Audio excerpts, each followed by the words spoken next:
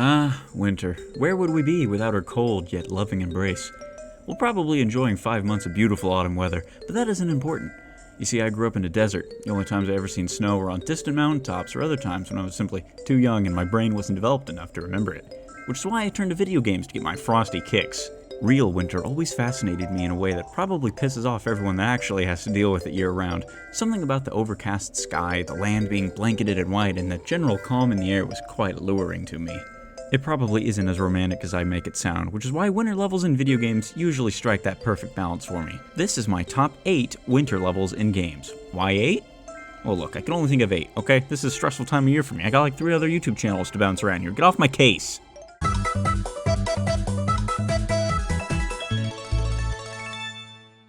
First up on the chopping block is what is widely regarded as the best part of an otherwise mediocre game.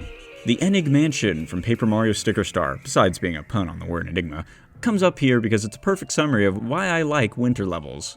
It isn't fantastic, which is why it isn't number 1, but it is perfectly suitable.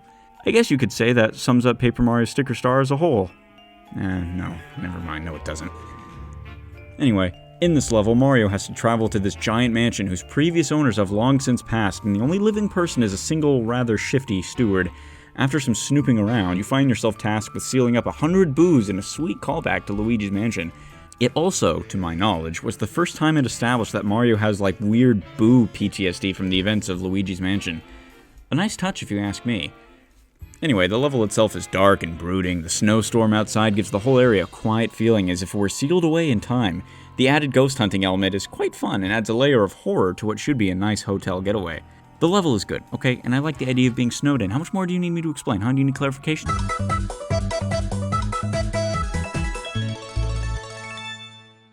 Yeah, I'm cheating here, but I'm throwing in Pelican Town from Stardew Valley. It has a month dedicated to winter, so I'm technically not breaking my rules, but since I never established any rules, I can do whatever I want. Call me a scumbag in the comments if you want to. I don't care. Pelican Town is like a second home to me, so seeing everyone excited for the Feast of the Winter Star puts me in the Christmas spirit more than any of these other entries do. It embodies everything I love about this time of year. People I care about gathering together to shake off all the bad vibes that were given to them throughout the previous months.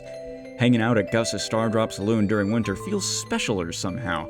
Like, I know it happens literally every Friday, but now it just feels like an event.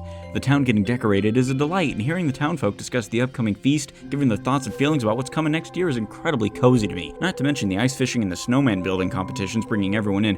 I truly love the sense of community and family that comes with it. This is the world's coziest game, and I love that. Winter just helps to hammer that on the head. I'd love it if everyone naturally wore Christmas-related outfits.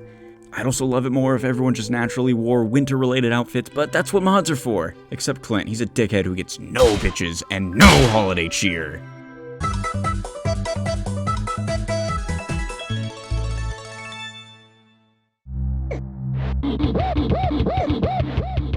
So Donkey Kong Country was one of the first video games I ever played, and I was blown away by what I did play. I truly thought the game was real somehow. I don't remember how I convinced myself of that, but it did happen. Most likely due to the impact it had on me.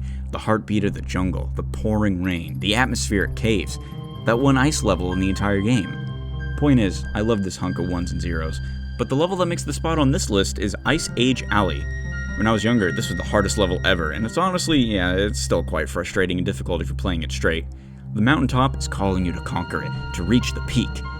Your screen will go blindingly white as the snowstorm surrounds the Kongs. Sure, that does make it hard to see, but it's part of the challenge. Honestly, we might have overdone it a bit, but damn if it isn't atmospheric. Not to mention the godly music that puts you on edge the entire level. Something about the mountains in the distance, the white-capped trees, the sheer velocity of this place, gives me a feeling I can't quite describe. It's like in that moment you see it and you think that if you were actually there, you'd experience pure bliss, but you know in your heart it won't be what it seems. The peaks of this island weren't meant to be toyed with. It's better just to leave it that way.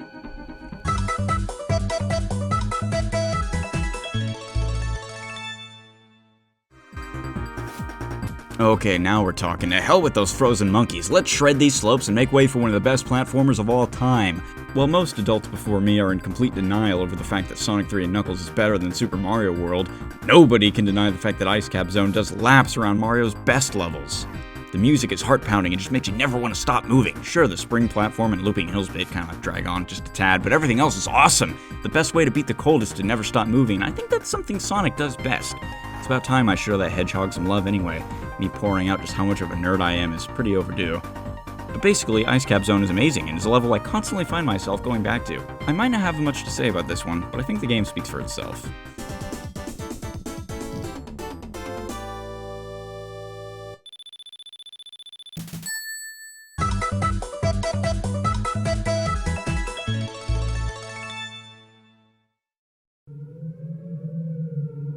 You know, when you're a child, your imagination tends to run wild. You have to put things together in a way that only you know how to, and that may lead to things that aren't really there, being there.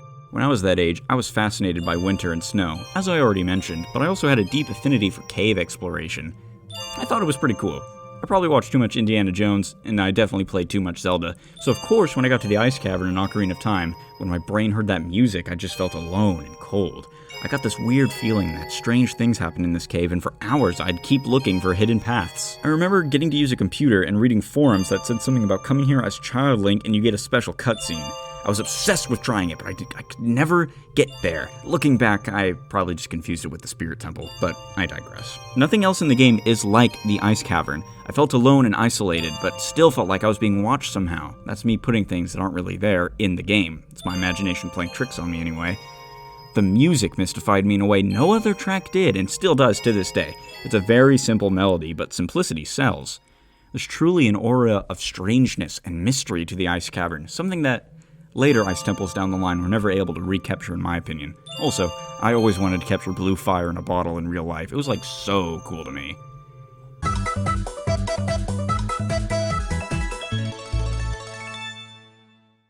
You know, I really like Earthbound. I don't know how obvious it is to the common viewer, but to my one diehard fan, you know. Jeff is an interesting character to me. He's kind of like a shy asshole that isn't as happy-go-lucky as Ness or Paula, but isn't completely stoic like Pooh. He's just some dude from boarding school who dislikes his classmates, feels abandoned by his father, and overall doesn't really want to do anything, but feels compelled to be a hero after saving his only friends from Threed. His home country of Winters is also pretty cool to me, no pun intended. The snowman theme that plays inside the boarding school is oozing with comfy vibes, but I also enjoy the actual Winter's White theme. It gives off a sad feeling of loneliness, which is rather fitting for Jeff's character. Although this whole area has a cloak of false safety, it might seem warm and welcoming on the outside, but inside the dark and terrifying caves lie frightening enemies, spooky music. Honestly, who even lives in Winters anyway? Some jerk-ass meese, cavemen, Tessie watchers, monkeys, a dungeon man, a secret society of aliens living under Stonehenge? The whole place is just bizarre.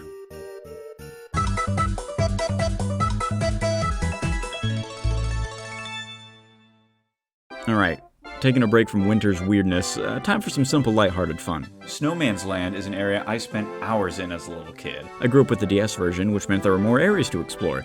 This place felt like a fun hike. I liked the camping Goombas with their little fire to keep warm, and when I crawled inside the igloo for the first time and was given a whole new area to explore, and I saw that sunken ship that was encased in the ice, it was so awesome! It filled my brain with imagination, and I would always come up with my own lore and ideas to fill in the blanks.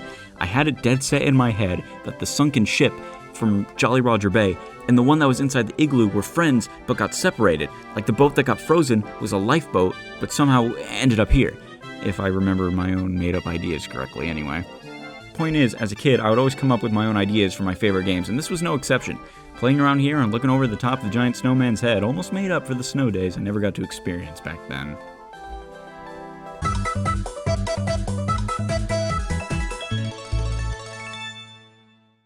Hey, remember at the beginning of the video when I said the Inig Mansion summarized everything I like about winter levels? Well, the Secret Mine summarizes and writes a whole new thesis with it.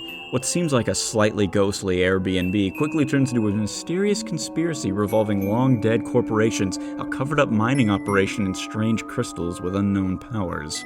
This was my favorite level in the game, and I'm pissed that it's also the shortest. I love the build-up, slowly walking up to the chalet with a blizzard overhead as you try to rush inside for warmth. Then you find the ice fishing toad and accidentally uncover said secret mine that raises so many questions.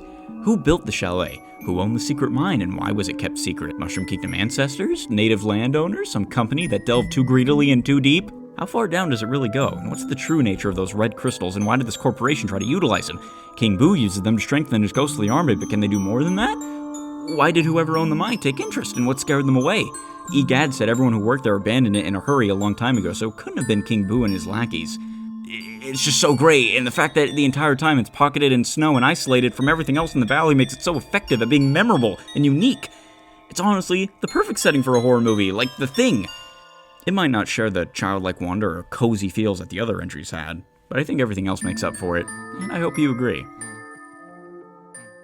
So that's the list. Whether you agree or not, or just want to share your own personal favorites, please leave them down in the comments below. Don't forget that I have 2 other channels that I've recently become much more active on, which is why this one has gone so long without a real upload. That's Waylon Plays a Game, my Let's Play channel where I also post reviews, and more recently my brand new Team Fortress 2 focused channel simply titled Waylon. I also have a Twitter, a Patreon, and a Discord server, so there's plenty of ways of supporting me or just hanging out. Of course, my one diehard fan already knows that and has already subscribed to those other channels. Sorry you didn't see much of me this year, but considering how much of you seem to have actively avoided my videos this year, it won't be much of a surprise if you don't see me so much on this channel next year. I've got my focus on those other 2 channels. Links to those, by the way, are always in every description and on the About page on every channel of mine. I hope your Hanukkah, Kwanzaa, Christmas, or some other 4th holiday that I'm not currently remembering went very well. I know that this time of year can be sad.